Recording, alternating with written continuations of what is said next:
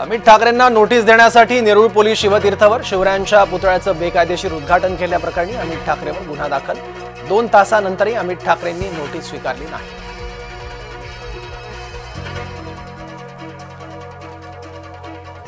शिवसेनेच्या नाराजी नाट्यानंतर शिंदेंची दिल्लीवारी, केंद्रीय गृहमंत्री अमित शहांसोबत चर्चा होण्याची शक्यता।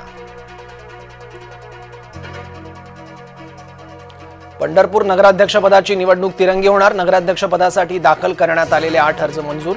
भाजप, काँग्रेस, राष्ट्रप महिला उमेदवारांमध्ये होणार प्रमुख लढत। उपमुख्यमंत्री अजित पवार मुख्यमंत्र्यांच्या भेटीला, फडणवीसांच्या भेटीसाठी अजित पवार वर्षावर। तहसीलदार सूर्यकांत येवलेला अटक करा, पार्थचं नाव येईल म्हणून येवलेला जामीन। जमीन गैरव्यवहार प्रकरणी अंजली दमानी यांचा आरोप। पार्थ अजित पवारला कसलीही क्लीन चिट नाही, चंद्रशेखर बावनकुळे यांचं वक्तव्य। राजेंद्र मुठे यांची कसलीही चौकशी समिती नाही, बावनकुळे।